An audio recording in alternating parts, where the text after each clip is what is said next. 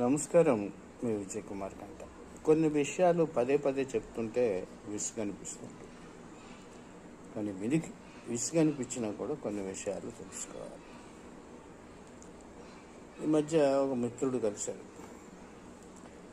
చాలా నీరసంగా నైర్యాసంతో ఉన్నాడు. ఏంటి కారణం ఏంటి, నడకలో ఎందుకు కనిపించట్లేదు, రావటం లేదండి అన్నాడు. ఎందుకని అన్నా, నడవక ముందు ఉన్న బీపీ నడిచిన తర్వాత ఉన్న బీపీ చూస్తే ఎక్కువగా ఉంటుందండి. షుగర్ కూడా నడిచినందువల్ల ఉపయోగం లేదండి, యథాస్థితిలో ఉంటుంది. ఎలా ఉంటుందండి, నార్మలే కదా అన్నా.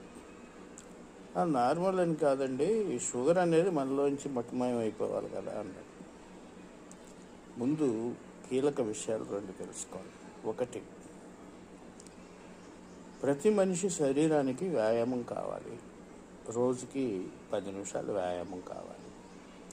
కొంత వయసు పెరిగిన తర్వాత, పచ్చిగా చెప్పాలంటే 35-40 ఏళ్ళు దాటిన తర్వాత కూడా బస్కిల్ తీయటం లేదా కూర్చుని లేగటం కొంత కష్టం అనే పరిస్థితులు ఇప్పటి ఆహారపు అలవాట్లు లేదా ఎక్కువగా కూర్చుని ఉండటం వల్ల వెంటనే లేగటం సాధ్యం కాదు.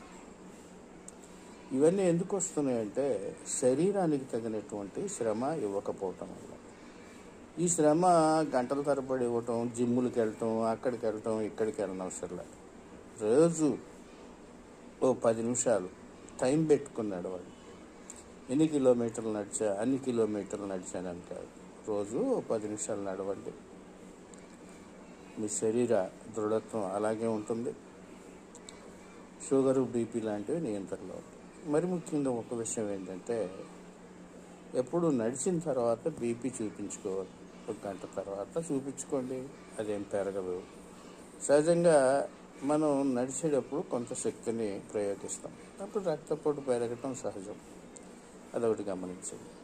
నడవటం కీలకమైనటువంటి అంశం. నేను ఒక్కసారి నా మిత్రుల్ని కలుసుకోవటం కష్టం అవుతుంటుంది. ఉదయం రాత్రి వృత్తిరీత్యా పడుకోవటం లేట్ అవటం వల్ల అప్పుడు నా మిత్రులు లేపుతారు నన్ను, ఇంకా లేగలేదు ఏంటి అంటారు. పలానా చోట ఉన్నాం రమ్మంటారు, వెళ్తాను. ఆ టైంలో కూడా వెళ్తాను. వాళ్ళు అనేది ఏంటంటే అప్పుడు అక్కడ ఉండరు, ఎందుకంటే పనులకు వెళ్ళిపోవాలి. స్కూల్స్కి వెళ్ళే వాళ్ళు ఉన్నారు, జాబ్స్కి వెళ్ళే వాళ్ళు ఉన్నారు. 2 రౌండ్లు వేసి వెళ్ళిపోతారు. నడవటం ఆరోగ్యానికి మంచిది.